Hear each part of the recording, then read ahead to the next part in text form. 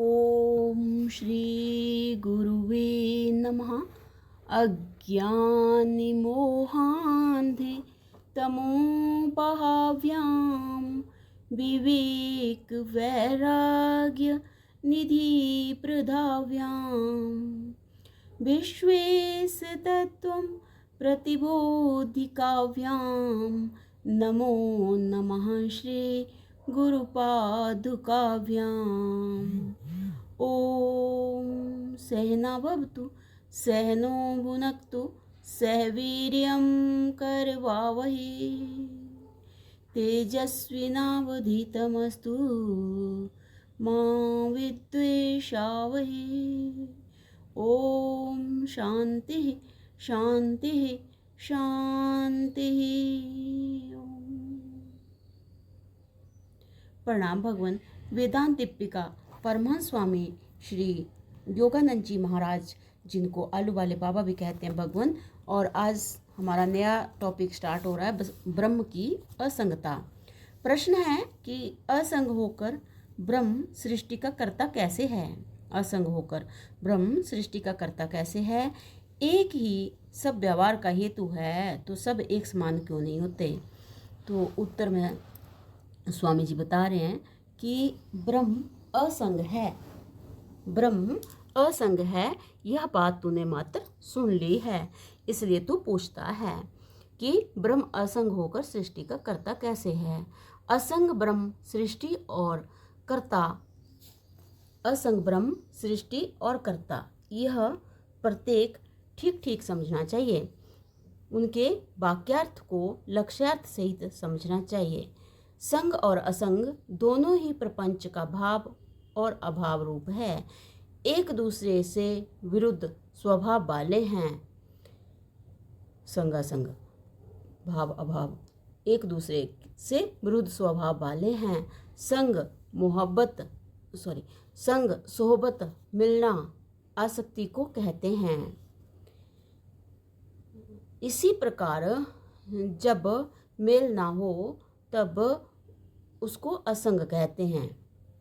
संग सोहबत मिलना आसक्ति को कहते हैं। इसी प्रकार जब मेल ना हो तब उसको असंग कहते हैं। ब्रह्मा को लक्ष्य द्वारा समझाने के लिए विधि और निषेध दो प्रकार से विश्लेषण होते हैं। ब्रह्मा लिखा हुआ है भगवान, तो यहाँ पे बता रहे हैं कि ब्रह्म को लक्ष्यार्थ द्वारा समझाने के लिए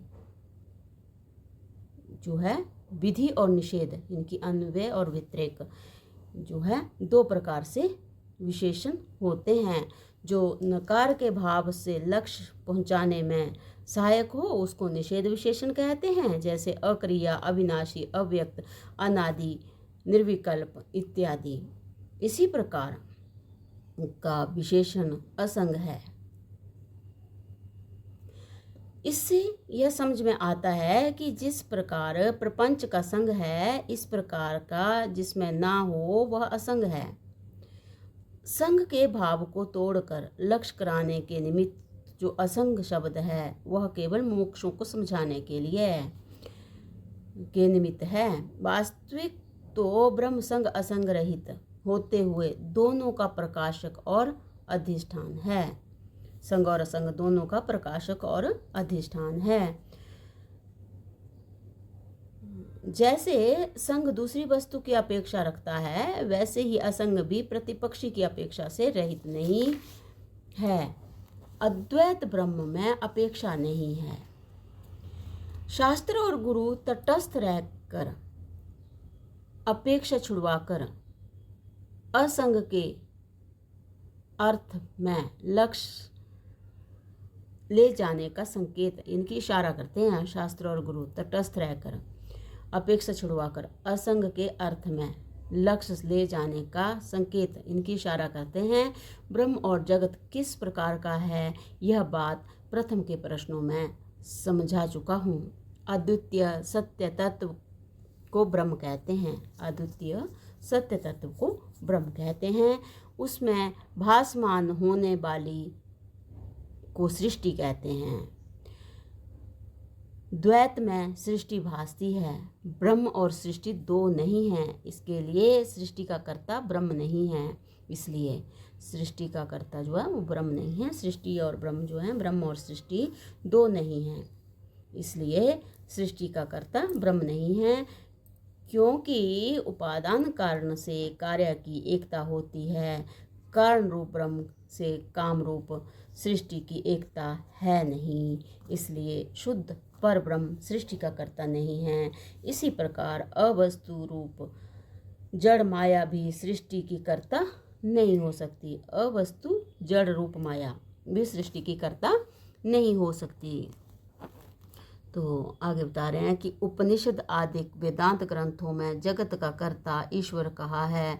यद्यपि ब्रह्म से ईश्वर का अभेद है, ब्रह्म से ईश्वर का अभेद है, तो भी ईश्वर जो करता है वह उपाधि दृष्टि से मुक्त नहीं है। कारण दो प्रकार का होता है। एक होता है उपादान कारण, जैसे मृत्तिका घट का उपादान कारण है। इसी प्रकार जिस कारण रूप पदार्थ में से कार्य रूप वस्तु बने वह उपादान कारण कहलाता है। जिस कारण रूप पदार्थ में से कार्य रूप वस्तु बने वह उपादान कारण कहलाता है। दूसरा होता है निमित्त कारण, जैसे घट का निमित्त कारण कुम्हार है। अलग रहकर वस्तु को बनाने वाला निमित्त कारण कहलाता है। एक ही ईश्वर जगत के बनाने में दोनों का कारण है, अर्थात जगत के ईश्वर भिन्न नहीं, निमित्त और उपादान कारण होने से अभिन्न निमित्त उपादान कारण ईश्वर है। ईश्वर का उपाधि अंश जगत का उपादान कारण है।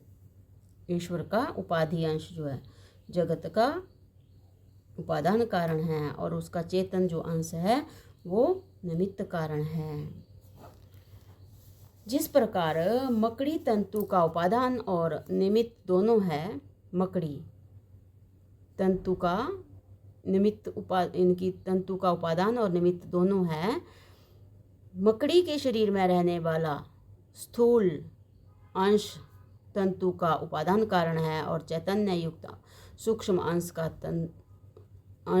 का तंतु का निमित्त कारण है। ऐसा होने पर भी जगत की उत्पत्ति सापेक्षिक है। प्रकृति अनादि होने से पूर्व के जीवों के संस्कार की अपेक्षा से ईश्वर जगत का कर्ता है, इसलिए कर्ता होकर भी वह असंग है। अनादि प्रकृति में उत्पत्ति असंभव है, अनादि प्रकृति में उत्पत्ति का असंभव है। जहाँ जहाँ श्रुतियों ने सृष्टि की उत्पत्ति बताई है वह उत्पत्ति को ग्रहण करने के कारण नहीं है, परंतु मुमुक्षुओं के समझाने के निमित्त है। ज्ञान प्राप्ति के निमित्त अथवा लय चिंतन के लिए उसका उपयोग है। यदि उत्पत्ति वास्तविक होती तो श्रुतियों में उसके क्रम की भिन्नता न होती। ब्रह्मसूत्र में उत्पत्ति की एकता की गई है।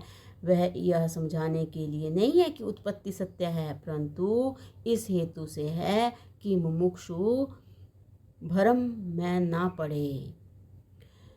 ईश्वर जगत का कर्ता होते हुए भी, ईश्वर जगत का कर्ता होते हुए भी इस प्रकार का कर्तव्य उसमें नहीं है जिस प्रकार का मनुष्य में है। इससे वह असंग कर्ता रहता है। यदि दूसरे की अपेक्षा से कर्ता न होता और संग सहित कर्ता होता तो सामान्य मनुष्य के समान ईश्वर अल्पज्ञ होता और जन्म मृत्यु आदि अनेक प्रकार दुख भोगता और राग द्वेष कामना सहित असम दृष्टि वाला होता। इस प्रकार का ईश्वर मानने से उसमें ईश्वरता क्या रहती? वह तो सामान्य मनुष्य से भी तुच्छ होता। मनुष्य अज्ञानी होते हुए भी शरीरधारी है। गुरु की प्राप्ति होने से उसको मोक्ष प्राप्त हो सकता है, परंतु ईश्वर की मुक्ति संभव नहीं है। इसलिए ईश्वर को असंग होकर सृष्टि का कर्ता मानना युक्त है। मुमुक्षुओं के उपदेश के निमित्त शास्त्रकारों का यह कथन है कि ब्रह्म असंग है, नहीं तो अद्वैत में असंग कर्ता कार्य और कारण कुछ भी कहना नहीं बनता। ये मुमुक्षुओं के उपदेश के निमित्त ही कहा है। तो आगे बता रहे हैं कि जगत प्रकृति अनादि है, इस भाव से भी संग वाला कर्ता कहना अयुक्त है। जगत प्रकृति अनादि है, इस भाव से भी संग वाला कर्ता कहना अयुक्त है। संग ही ऐश्वर्यता तोड़ने वाला है। संग ही ऐश्वर्यता तोड़ने वाला है। मनुष्य संग दोष में अल्पज्ञ है, इसलिए सर्वज्ञ असंग ईश्वर ही सृष्टि का कर्ता मानना युक्त है। तो भगवान अब आगे जो है वो एक कथा के माध्यम से स्वामी जी आगे समझाएंगे। तो कथा को हम अगले सत्संग से कंटिन्यू करते हैं। प्रणाम भगवान। ओम शांति ही शांति ही शांति ही।